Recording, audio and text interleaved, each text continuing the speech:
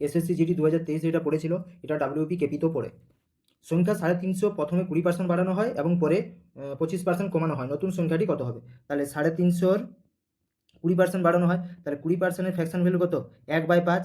তাহলে এখন কত হবে বলো তো? 6/5 গণিত 25% কমানো হয়, 25%-এর ফ্র্যাকশন ভ্যালু হচ্ছে 1/4, তাহলে গণিত 3/4। 4×5 20, 20-এর মধ্যে একটা শূন্য কেটে গেল, 2×3 6, তাহলে 35 গণিত 9। তাহলে লাস্টে ইউনিট ডিজিট কত হবে বলো তো? 5 হবে। 315 রাইট উত্তর। বা তোমরা এটা এভাবেও করতে পারো, সাকসেসিভ দিয়েও হয়ে যাবে। 20% ইনক্রিজ হচ্ছে, তাহলে 20, 25% ডিক্রিজ হচ্ছে বা কমছে 25, তাহলে প্লাসে মাইনাসে মাইনাস 25 গণিত 20/100। কাটাকাটি করে নাও, 25 4-এ 4 5-এ, তাহলে কত হচ্ছে বলে তো? 25 5-এ 30, তাহলে মাইনাস 10%, তাহলে মাইনাস 10% হচ্ছে। তাহলে 350 থেকে 10% কমিয়ে দাও, তাহলে 350 10% কত হয়? 35 হবে, তাহলে 35 কমিয়ে নাও, কত হবে? 315। এটা অ্যান্সার, মানে হচ্ছে ডি অপশান।